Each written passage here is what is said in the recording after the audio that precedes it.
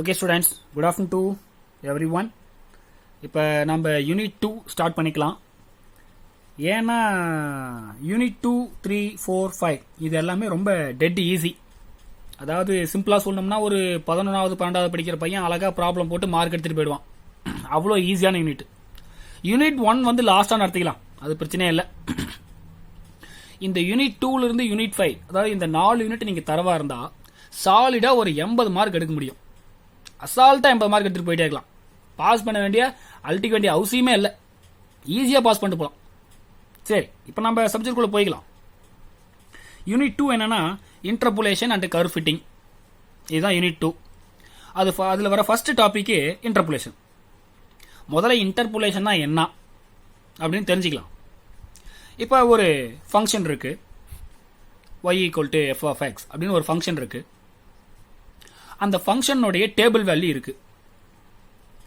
அப்ப அந்த ஃபங்க்ஷனுடைய டேபிள் வேல்யூல இருந்து ரெண்டு எக்ஸ் வேல்யூக்கு இடைப்பட்ட ஒரு எக்ஸ் வேல்யூ எடுத்து அதுக்கு கரஸ்பாண்டிங்கா ஒரு ஒய் வேல்யூ கண்டுபிடிக்கிறோம் அப்படின்னா அந்த ப்ராசஸுக்கு பேரு இன்டர்போலேஷன். எக்ஸாம்பிள், இப்ப இது வந்து ஒரு ஃபங்க்ஷனுடைய டேபிள் வேல்யூ, எக்ஸ் வேல்யூ கொடுத்துருக்கேன், அதனுடைய அந்த ஃபங்க்ஷனுடைய கரஸ்பாண்டிங் ஒய் வேல்யூ கொடுத்துருக்கேன். இப்போ எக்ஸ் வேல்யூ 0வா இருக்கிறப்ப ஒய் வேல்யூ தெரியும், எக்ஸ் வேல்யூ 2னா ஒய் வேல்யூ தெரியும், அதே மாதிரி எக்ஸ் 5, 6 அப்படின்னா அதனுடைய கரஸ்பாண்டிங் ஒய் வேல்யூ தெரியும். ஆனால் இந்த ரெண்டு எக்ஸ் வேல்யூக்கு இடைப்பட்ட ஒரு எக்ஸ் வேல்யூ, ஃபார் எக்ஸாம்பிள் 3ன்னு எடுத்துக்கலாமே. அப்போ எக்ஸ் 3னா ஒய் வேல்யூ தெரியுமா? தெரியாது. ஸோ அப்போ எக்ஸ் 3யா இருக்கிறப்ப ஒய் வேல்யூ என்ன? அதாவது இரண்டு எக்ஸ் வேல்யூக்கு இடைப்பட்ட ஒரு எக்ஸ் வேல்யூ எடுத்து கரஸ்பாண்டிங் ஒய் வேல்யூ கண்டுபிடிக்கிற ப்ராசஸுக்கு பேர் தான் இன்டர்போலேஷன். எக்ஸ்ட்ராபோலேஷனுங்கிறது ஒன்றும் கிடையாது. எக்ஸ்ட்ராபோலேஷனுங்கிறது அவுட் சைட் த இன்டர்வல்ல இருந்து ஒரு எக்ஸ் வேல்யூ எடுத்து கரஸ்பாண்டிங் ஒய் வேல்யூ கண்டுபிடிக்கிறது தான் எக்ஸ்ட்ராபோலேஷன்.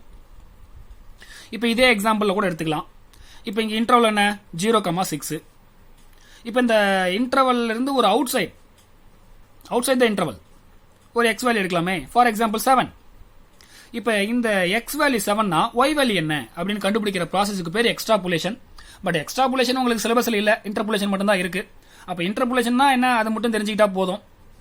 அப்போ இன்டர்போலேஷனா என்ன? அப்போ ஒரு ஃபங்க்ஷன், அந்த ஃபங்க்ஷனுடைய டேபிள் வேல்யூ, அப்போ அந்த டேபிள் வேல்யூல இருந்து இரண்டு எக்ஸ் வேல்யூக்கு இடைப்பட்ட ஒரு எக்ஸ் வேல்யூ எடுத்து கரஸ்பாண்டிங் ஒய் வேல்யூ கண்டுபிடிக்கிற ப்ராசஸுக்கு பேர் தான் interpolation. That is, interpolation means the process of finding intermediate values of a function from a given tabular values of the function. So இதுதான் interpolation. உங்களுக்கு இது புரிஞ்சிருக்குன்னு நினைக்கிறேன். சப்போஸ் புரியலனா, உங்களுக்கு interpolation பத்தி எதுவும் தெரியல அப்படின்னா நீங்க டவுட் இருந்தா கேட்கலாம். அடுத்து interpolation for equal intervals. Equal இன்டர்வலுக்கு என்னென்ன இன்டர்போலேஷன் இருக்கு? நியூட்டன் ஃபார்வர்ட் இன்டர்போலேஷன் அப்படின்னு ஒன்று இருக்கு, நியூட்டன் பேக்வர்ட் இன்டர்போலேஷன் அப்படின்னு ஒன்று இருக்கு. சரிங்களா? இப்போ நம்ம ஃபர்ஸ்ட் நியூட்டன் ஃபார்வர்ட் இன்டர்போலேஷனை பத்தி பார்த்துடலாம். என்னன்னா, இப்போ y = f of x அப்படிங்கிறது ஃபங்க்ஷன். இப்போ இந்த ஃபங்க்ஷன்ல ஒரு எக்ஸ் வேல்யூ நாம கொடுக்குறோம்னா ஒரு ஒய் வேல்யூ கிடைக்கும். இப்போ நம்ம ஒரு எடுத்துக்காட்டுக்கு நான் இங்கே சொல்லியிருக்கேன். இப்போ எக்ஸ் வேல்யூ நான் x0 கொடுக்குறேன், ஒய் வேல்யூ எனக்கு என்ன கிடைக்குது? y0 கிடைக்குது. அதே மாதிரி எக்ஸ் வேல்யூ x1 கொடுக்குறேன், கரஸ்பாண்டிங் ஒய் வேல்யூ என்ன? y1. அந்த மாதிரி இதெல்லாம் அந்த ஃபங்க்ஷனுடைய எக்ஸ் வேல்யூஸ், இதெல்லாம் அதனுடைய கரஸ்பாண்டிங் ஒய் வேல்யூஸ். சரி, அப்ப ஒரு ஃபங்க்ஷனுடைய எக்ஸ் வேல்யூஸ் இருக்கு, கரஸ்பாண்டிங் ஒய் வேல்யூஸ் இருக்கு. சரி, இப்ப இதை வச்சுக்கிட்டு ஒரு ஃபார்வர்டு டிஃபரன்ஸ் டேபிளை நீங்க கன்ஸ்ட்ரக்ட் பண்ணணும். எப்படி கன்ஸ்ட்ரக்ட் பண்றதுன்னு சொல்லித்தரேன், கவனமா பாருங்க. இப்ப இது வந்து எக்ஸ் வேல்யூஸ், அதாவது அந்த ஃபங்க்ஷனுடைய எக்ஸ் வேல்யூஸ். இது வந்து அந்த ஃபங்க்ஷனுடைய ஒய் வேல்யூஸ். கவனமா புரிஞ்சுக்கங்க. எக்ஸ் வேல்யூஸ்ல வர ஃபர்ஸ்ட் வேல்யூ x0, அடுத்த value x1, last value xn. அதே மாதிரி அந்த ஃபங்க்ஷனுடைய ஒய் வேல்யூஸ்ல வர ஃபர்ஸ்ட் வேல்யூ y0, அடுத்த வேல்யூ y1, அடுத்த வேல்யூ y2, அதனுடைய லாஸ்ட் வேல்யூ என்ன? yn. இப்ப நான் அடுத்து டெல்டா ஒய் கண்டுபிடிக்கிறேன். டெல்டா ஒய்னா என்னன்னா, அதாவது ஃபர்ஸ்ட் ஃபார்வேர்டு டிஃபரன்ஸ்னு பேர். டெல்டா ஒய்க்கு பேர் என்ன? ஃபர்ஸ்ட் ஃபார்வேர்ட் டிஃபரன்ஸ் அப்படின்னு பேர். இந்த டெல்டா ஸ்கொயர் ஒய்க்கு செகண்ட் ஃபார்வேர்ட் டிஃபரன்ஸ்னு பேர். அதே மாதிரி டெல்டா கியூப் ஒய், அதே மாதிரி டெல்டா பவர் 4y, இந்த மாதிரி சொல்லிட்டு போகலாம். இப்போ இந்த ஃபர்ஸ்ட் ஃபார்வேர்ட் டிஃபரன்ஸை எப்படி கன்ஸ்ட்ரக்ட் பண்றது, ஃபர்ஸ்ட் ஃபார்வேர்ட் டிஃபரன்ஸ் எப்படி கண்டுபிடிக்கிறது அப்படின்னா ஒண்ணுமே கிடையாது. This value minus this value, அதுதான் இந்த வேல்யூ. அதுதான் நான் டெல்டா ஒய் நாட்னு எழுதியிருக்கேன். ஏன் டெல்டா ஒய் நாட்னு எழுதினேன்? பிகாஸ் எக்ஸ் வேல்யூல வர ஃபர்ஸ்ட் வேல்யூ எக்ஸ் நாட்டு, ஒய் வேல்யூல வர ஃபர்ஸ்ட் வேல்யூ ஒய் நாட்டு. அதே மாதிரி இப்ப டெல்டா ஒய்ல ஃபர்ஸ்ட் வேல்யூ கண்டுபிடிச்சிருக்கோம். எப்படி கண்டுபிடிச்சோம்? This value minus this value. அப்ப இந்த டெல்டா ஒய்ல வர ஃபர்ஸ்ட் வேல்யூ அதுக்கு பேர் என்ன? டெல்டா ஒய் நாட்டு. அதே மாதிரி this value minus this value, அது டெல்டா ஒய் ஒன்னு. அந்த மாதிரி கண்டுபிடிச்சு போயிட்டே இருக்கலாம். இந்த மாதிரி கன்சிக்யூட்டிவா நம்ம ஃபர்ஸ்ட் ஃபார்வர்ட் டிஃபரன்ஸை கண்டுபிடிச்சு போயிட்டே இருக்கலாம்.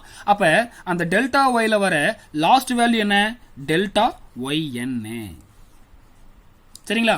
இப்போ எப்படி ஃபர்ஸ்ட் ஃபார்வர்ட் டிஃபரன்ஸ் கண்டுபிடிச்சனோ அதே மாதிரி செகண்ட் ஃபார்வர்ட் டிஃபரன்ஸ் அதே மாதிரி தான் கண்டுபிடிக்கணும். எப்படின்னா இந்த வேல்யூ மைனஸ் இந்த வேல்யூ, அப்படி மைனஸ் பண்ணி போட்டீங்கன்னா உங்களுக்கு இந்த வேல்யூ வரும். இந்த வேல்யூ என்ன? டெல்டா ஸ்கொயர் ஒய்ல வர ஃபர்ஸ்ட் வேல்யூ. அப்ப அதுக்கு பேர் என்ன? டெல்டா ஸ்கொயர் ஒய் நாட்டு. அதே மாதிரி அடுத்து இந்த வேல்யூ மைனஸ் இந்த வேல்யூ போட்டீங்கன்னா உங்களுக்கு இந்த வேல்யூ வரும். அது டெல்டா ஸ்கொயர் ஒய்ல வர அடுத்த வேல்யூ என்ன? டெல்டா ஸ்கொயர் ஒய் ஒன்னு. அந்த மாதிரி கண்டுபிடிச்சிட்டு போறப்ப உங்களுக்கு அந்த டெல்டா ஸ்கொயர் ஒய்ல லாஸ்ட் வேல்யூ என்ன வரும்? டெல்டா ஸ்கொயர் ஒய் என்ன. இந்த மாதிரி நம்ம ஃபார்வர்ட் டிஃபரன்ஸ் டேபிள கண்டுபிடிச்சிட்டு போயிட்டே இருக்கலாம். நாம எப்படி first forward difference second forward difference எப்படி கண்டுபிடிச்சோமோ அதே மாதிரி தான் தேர்டு ஃபோர்த் இது எல்லாமே. எப்படின்னா இப்ப தேர்ட் ஃபார்வர்ட் டிஃபரன்ஸ் எப்படி கண்டுபிடிக்கிறது? This value minus this value. அப்போ உங்களுக்கு இந்த வேல்யூ வரும். இந்த வேல்யூ என்ன? டெல்டா கியூப் ஒய்ல வர ஃபர்ஸ்ட் வேல்யூ. அப்ப இந்த வேல்யூக்கு பேர் என்ன? டெல்டா கியூப் ஒய் நாட்டு. இந்த மாதிரி ஃபார்வர்ட் டிஃபரன்ஸ் டேபிள நீங்க கன்ஸ்ட்ரக்ட் பண்ணிக்கணும். உங்களுக்கு இந்த ஃபார்வர்ட் டிஃபரன்ஸ் டேபிள் கன்ஸ்ட்ரக்ட் பண்ணதுல உங்களுக்கு ஏதாவது டவுட் இருந்தா தயங்காம கேளுங்க. சரிங்களா? இப்ப அடுத்து அந்த நியூட்டன் ஃபார்வர்ட் இன்டர்போலேஷனுடைய ஃபார்முலா. இந்த ஃபார்முலாவை நீங்க குருட்டாம்போக்கில் மனப்பாடம் பண்ணாதீங்க. ஏன்னா மெமரி ஆகாது. ஈஸியா மனப்பாடம் ஆகிற மாதிரி ஒரு க்ளூ வேர்டு வச்சு மனப்பாடம் பண்ணுங்க. நான் சொல்லித்தரேன் பாருங்க. உங்களுக்கு அது பிடிச்சிருந்தா அந்த மாதிரியே மனப்பாடம் பண்ணீங்க, எல்லாம் விட்டுருங்க. சரிங்களா? சரி. y of x equal to, இப்போ இதில் பார்த்தீங்கன்னா ஃபர்ஸ்ட் டைம் y நாட்டு, அடுத்த டைம் டெல்டா ஒய் நாட்டு, டெல்டா ஸ்கொயர் ஒய் நாட்டு, டெல்டா கியூப் ஒய் நாட்டு, அடுத்த டைம் என்ன வரும்? டெல்டா பவர் 4 ஒய் நாட்டு வரும். சரிங்களா? ரைட். இப்போ இந்த டைம்ல பார்த்தீங்கன்னா u, அடுத்த டைம்ல அதோட ஒரு u மைனஸ் 1 மல்டிப்ளை இருக்கும். அடுத்த டைம்ல பார்த்தீங்கன்னா இதோட ஒரு u மைனஸ் 2 மல்டிப்ளை இருக்கும். அப்போ அடுத்த டைம் என்ன வரும்? இதோட ஒரு u மைனஸ் 3 மல்டிப்ளை ஆகிற மாதிரி வரும். இங்க பாத்தீங்கன்னா 1 ஃபேக்டரியல் வரும், இங்க பாத்தீங்கன்னா 2 ஃபேக்டரியல் வரும், இங்க பாத்தீங்கன்னா 3 ஃபேக்டரியல் வரும். அடுத்த டைம்ல என்ன வரும்? டிவைட் பை 4 ஃபேக்டரியல் வந்திருக்கும். இந்த மாதிரி நியூட்டன் ஃபார்வர்ட் இன்டர்போலேஷன் ஃபார்முலாவை ஈஸியா மைண்ட்ல வச்சுக்கிட்டு எழுதிட்டு போயிட்டே இருக்கலாம். இந்த நியூட்டன் ஃபார்வர்ட் இன்டர்போலேஷன் ஃபார்முலால u கண்டுபிடிக்கிறதுக்கு formula x minus x nought by h. x நாட்னா என்ன? அந்த x வேல்யூல வர அந்த ஃபங்க்ஷனோடைய x வேல்யூஸ்ல வர ஃபர்ஸ்ட் வேல்யூ தான் x நாட். இங்க hங்கிறது என்ன சார்? hங்கிறது என்னன்னு கேட்டீங்கன்னா h is nothing but length of the interval. length of the interval, இதுதான் h. சரிங்களா? ரைட். அப்ப நல்லா பாருங்க, நாம ஒரு ஃபார்வர்ட் டிஃபரன்ஸ் டேபிள கன்ஸ்ட்ரக்ட் பண்ணியிருக்கோம். எக்ஸ் வேல்யூல வர ஃபர்ஸ்ட் வேல்யூ எக்ஸ் நாட்டு, ஒய் வேல்யூல வர ஃபர்ஸ்ட் வேல்யூ ஒய் நாட்டு, டெல்டா ஒய்ல வர ஃபர்ஸ்ட் வேல்யூ என்னது? டெல்டா ஒய் நாட்டு. டெல்டா ஸ்கொயர் ஒய்ல வர ஃபர்ஸ்ட் வேல்யூ என்ன? டெல்டா ஸ்கொயர் ஒய் நாட்டு. அப்ப நான் என்ன சொல்ல வரேன் அப்படின்னா, அப்ப இந்த நியூட்டன் ஃபார்வர்ட் இன்டர்போலேஷன் ஃபார்முலால உங்களுக்கு என்னென்ன தேவைப்படுது? இங்க பாருங்க, ஒய் நாட்டு, டெல்டா ஒய் நாட்டு, டெல்டா ஸ்கொயர் ஒய் நாட்டு, டெல்டா கியூப் ஒய் நாட்டு. அதாவது அந்த ஃபார்வர்டு டிஃபரன்ஸ் டேபிள் நீங்க கன்ஸ்ட்ரக்ட் பண்ணிருக்கீங்க இல்லையா, அந்த டேபிள்ல இருந்து உங்களுக்கு எந்தெந்த வேல்யூஸ்லாம் தேவைப்படுது ஃபார்முலால அப்ளை பண்றதுக்கு, இந்த வேல்யூஸ் எல்லாமே உங்களுக்கு அந்த ஃபார்முலால அப்ளை பண்றதுக்கு தேவைப்படுது. இது நீங்க புரிஞ்சுக்கணும். சரிங்களா? அடுத்து இப்போ எப்படி நியூட்டன் ஃபார்வர்ட் இன்டர்போலேஷன் பார்த்தோமோ அதே மாதிரி ஈக்குவல் இன்டர்வலுக்கு இன்னொரு இன்டர்போலேஷன் நியூட்டன் பேக்வேர்ட் இன்டர்போலேஷன். அப்ப நியூட்டன் பேக்வேர்ட் இன்டர்போலேஷன் என்னன்னா, நியூட்டன் ஃபார்வர்ட் இன்டர்போலேஷன் எப்படி பார்த்தோமோ அதே மாதிரி தான் நியூட்டன் பேக்வேர்ட் இன்டர்போலேஷனும். நியூட்டன் ஃபார்வர்ட் இன்டர்போலேஷனுக்கு என்ன பண்ணோம்? ஒரு ஃபங்க்ஷன், அந்த ஃபங்க்ஷனுக்கு ஒரு எக்ஸ் வேல்யூ கொடுத்தா ஒரு ஒய் வேல்யூ கிடைக்கும். இதெல்லாம் அந்த ஃபங்க்ஷனுடைய எக்ஸ் வேல்யூஸ், இதெல்லாம் அந்த ஃபங்க்ஷனுடைய ஒய் வேல்யூஸ். இந்த வேல்யூஸை எடுத்துக்கிட்டு நம்ம ஃபார்வர்ட் டிஃபரன்ஸ் டேபிள் கன்ஸ்ட்ரக்ட் பண்ணோம் இல்லையா, அதே மாதிரி இந்த வேல்யூஸை எடுத்துக்கிட்டு ஃபர்ஸ்ட் பேக்வேர்டு டிஃபரன்ஸ் டேபிளை எப்படி கன்ஸ்ட்ரக்ட் பண்றது அப்படிங்கறத லிசன் பண்ணுங்க. இப்போ அதே மாதிரி எக்ஸ் வேல்யூஸ் எழுதிக்கலாம், அதே மாதிரி அந்த ஃபங்க்ஷனுடைய ஒய் வேல்யூஸ் எழுதிக்கலாம். இது என்னது அப்படின்னா இதுக்கு பேரு first backward difference. First backward difference, இது செகண்ட் பேக்வேர்ட் டிஃபரன்ஸ், இது தேர்ட் பேக்வேர்ட் டிஃபரன்ஸ், அடுத்து 4, 5 அந்த மாதிரி எக்ஸெட்ரா எக்ஸெட்ரா எக்ஸெட்ரா. சரிங்களா? ரைட். இப்ப ஏற்கனவே நான் அந்த ஃபார்வர்ட் டிஃபரன்ஸ் டேபிளை கன்ஸ்ட்ரக்ட் பண்றப்ப சொல்லியிருந்தேன், இது ஃபர்ஸ்ட் ஃபார்வர்ட் டிஃபரன்ஸ். அங்க பேக்வேர்ட் டிஃபரன்ஸ் டேபிள் போடுறப்ப எந்த டெல்டாவை யூஸ் பண்றோம்? இந்த டெல்டாவை யூஸ் பண்றோம். நல்லா பாத்துக்கணும். சரிங்களா? அதுக்கு பேர் என்ன? அது ஃபர்ஸ்ட் பேக்வேர்ட் டிஃபரன்ஸ், இது ஃபர்ஸ்ட் ஃபார்வர்ட் டிஃபரன்ஸ். எப்படி நம்ம ஃபர்ஸ்ட் ஃபார்வர்ட் டிஃபரன்ஸ் கண்டுபிடிச்சோமோ அதே மாதிரி தாங்க ஃபர்ஸ்ட் பேக்வேர்ட் டிஃபரன்ஸும் அதே மாதிரி தாங்க. This value minus this value இந்த வேல்யூ வரும், this value minus this value இந்த வேல்யூ வரும். சரிங்களா? அப்ப எக்ஸ் வேல்யூல வர first value X nought, Y வேல்யூல வர first value Y nought, X வேல்யூல வர last value X N, Y வேல்யூல வர லாஸ்ட் வேல்யூ ஒய் என்.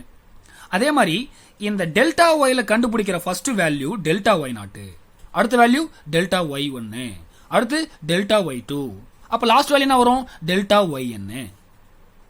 அதே மாதிரி டெல்டா ஸ்கொயர் ஒய் எப்படி நம்ம ஃபர்ஸ்ட் பேக்வர்ட் டிஃபரன்ஸ் எப்படி கண்டுபிடிச்சோமோ அதே மாதிரி தான் செகண்ட் பேக்வர்ட் டிஃபரன்ஸும். எப்படி? This value minus this value, அப்போ உங்களுக்கு இந்த வேல்யூ வரும். இந்த வேல்யூ என்ன? டெல்டா ஸ்கொயர் ஒய்ல வர ஃபர்ஸ்ட் வேல்யூ, அப்ப இதுக்கு பேர் என்ன? Delta square Y nought. அதே மாதிரி this value minus this value இந்த வேல்யூ வரும். இது என்ன? இந்த டெல்டா ஸ்கொயர் ஒய்ல வர அடுத்த வேல்யூ, அப்ப அடுத்த வேல்யூ என்ன? Delta square Y 1. அதே மாதிரி கண்டுபிடிச்சிட்டு போயிட்டு இருக்கிறப்ப அந்த டெல்டா ஸ்கொயர் ஒய்ல கண்டுபிடிக்கிற லாஸ்ட் வேல்யூக்கு பேர் என்ன? டெல்டா ஸ்கொயர் ஒய் என். இந்த மாதிரி நம்ம third backward difference, fourth backward difference இந்த மாதிரி நம்ம கண்டுபிடிச்சிட்டு போயிட்டே இருக்கலாம். சோ இப்படி தான் நம்ம ஒரு பேக்வர்ட் டிஃபரன்ஸ் டேபிளை கன்ஸ்ட்ரக்ட் பண்ணிக்கணும். அடுத்து பேக்வர்ட் இன்டர்போலேஷன் ஃபார்முலா. இந்த நியூட்டன் ஃபார்வர்ட் இன்டர்போலேஷன் ஃபார்முலாவை வச்சு பேக்வர்ட் இன்டர்போலேஷன் ஃபார்முலாவை அப்படியே ஈஸியா எழுதலாம். எப்படி நீங்களே கொஞ்சம் பாருங்களேன். என்ன வித்தியாசம்? ஒரு நிமிஷம் இருங்க. என்ன வித்தியாசம் இந்த ரெண்டு ஃபார்முலாக்கும்? இங்க பாருங்க, யுவெல்லாம் தூக்கிட்டு விய வந்து ரீப்ளேஸ் பண்ணிருப்பாங்க. இங்க இருக்கிற எல்லா மைனஸும் தூக்கிட்டு பிளஸ் ரீப்ளேஸ் பண்ணிருப்பாங்க. இந்த டெல்டாக்கு பதிலா இந்த டெல்டா யூஸ் பண்ணிருப்பாங்க. ஏன்னா இது பேக்வர்ட் இன்டர்போலேஷன் ஃபார்முலா.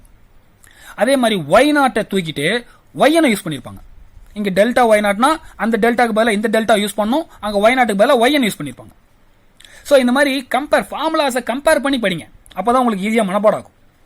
அங்க எப்படி வந்து நியூட்டன் ஃபார்வர்ட் இன்டர்போலேஷன் ஃபார்முலால நம்ம எப்படி வந்து யூ கண்டுபிடிக்கிறதுக்கு ஸ்பெசிஃபிக்கா ஒரு ஃபார்முலா சொன்னோமோ அதே மாதிரி நியூட்டன் பேக்வர்ட் இன்டர்போலேஷன் ஃபார்முலால இங்க வி கண்டுபிடிக்கிறதுக்கு ஒரு ஸ்பெசிபிக் ஃபார்முலா இருக்கு. என்னன்னா X minus X N by H. இங்க ஹச்ங்கிறது அதே தான், லென்த் ஆஃப் தி இன்டர்வல். புரிஞ்சுங்களா? சரி, ரைட், ஓகே. இப்ப நல்லா கவனிங்க. அப்ப நியூட்டன் ஃபார்வர்ட் இன்டர்போலேஷன் ஃபார்முலால உங்களுக்கு எந்தெந்த வேல்யூஸ்லாம் தேவைப்பட்டது? அந்த ஃபார்வர்ட் டிஃபரன்ஸ் டேபிள் நம்ம கன்ஸ்ட்ரக்ட் பண்ணிருக்கோம் இல்லையா, அந்த கன்ஸ்ட்ரக்ட் பண்ண அந்த ஃபார்வர்ட் டிஃபரன்ஸ் டேபிள்ல இருக்கிற இந்த வேல்யூஸ் எல்லாம் உங்களுக்கு ஃபார்முலால தேவைப்படுது. whereas in Newton backward interpolation formula உங்களுக்கு எந்தெந்த வேல்யூஸ் தேவைப்படுது? yn, delta yn, delta square yn, delta cube yn, இந்த மாதிரி வேல்யூஸ் எல்லாம் உங்களுக்கு பேக்வர்ட் இன்டர்போலேஷன் ஃபார்முலால உங்களுக்கு தேவைப்படுது. சரியா? சரி. அப்ப என்ன அர்த்தம்? பேக்வர்ட் டிஃபரன்ஸ் டேபிள் கன்ஸ்ட்ரக்ட் பண்றோம் இல்லையா, அதுல இந்த வேல்யூ மனச தொட்டு இழுக்குதடி